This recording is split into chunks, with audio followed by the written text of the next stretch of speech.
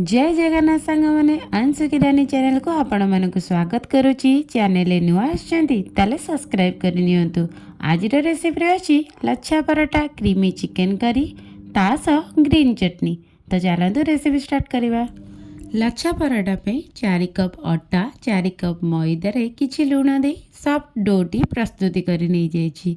आउ ताकू आधा घंटा पे रेस्ट पे छाड़ी नेछि।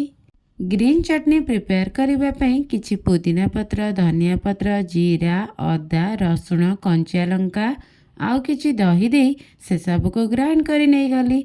सेतिरे किछि दही दे देली तापरे सेतिरे नॉर्मल लूण आउ बीट लूण दे से सब को मिक्स करी नै गली। आम ग्रीन चटनी रेडी हो जाइछि। एबे क्रीमी चिकेन करी बनेबा पई मु कढ़ाई रे तेल दे सेतिरे किछि खड़ा मसला दे देछि। खड़ा मसलार सब स्मेल आसला परे सेतिरे काटी रखिथिबा पियाज को दे देली।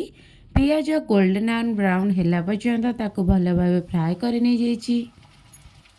एबे अदा रसुणर पेस्ट दे साला परे तार कंचा स्मेल जिबा पर्यंत भल भाबे कषि नै जाउछि।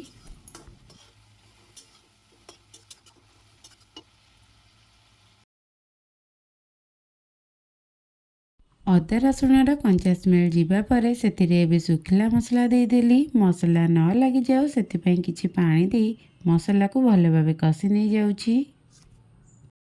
मसला रे भले भाबे तेल छाड़ी साला परे सेतिरे 2 रु 3 चमच दही दे देछि।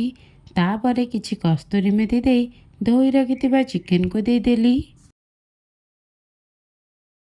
15 मिनिट पर्यंत चिकेन को भल भाव कषि नहीं जाइए। मु आलू आड करदेली। आपड़ चाहिए आलू को स्किप करें बेसी बेटर लगे हेले मत आलू भल लगे तेणुक मुझे आलू आड करदेची। तापर आउ 15 मिनिट आलू चिकेन को भल भाव कषि नहीं से आवश्यक अनुसार पानी देदेली जी आप चाहिए ग्रेवी रखिपारे। तापर खूब सारा अमूल फ्रेश क्रीम देदेली। तापर चिकेन आमर रेडी हो जाइए। एबे चलते लच्छा पराठा प्रिपेयर करवा।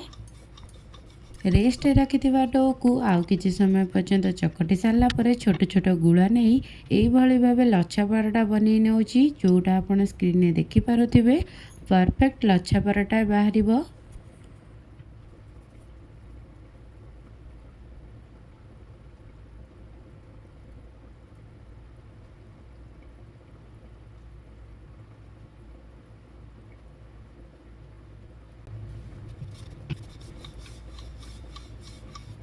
एबे पराठा को भल भाव तेल दे 2 पट साइड सेकी नहीं जाइछि। More perfect lachha paratha ready हो गला।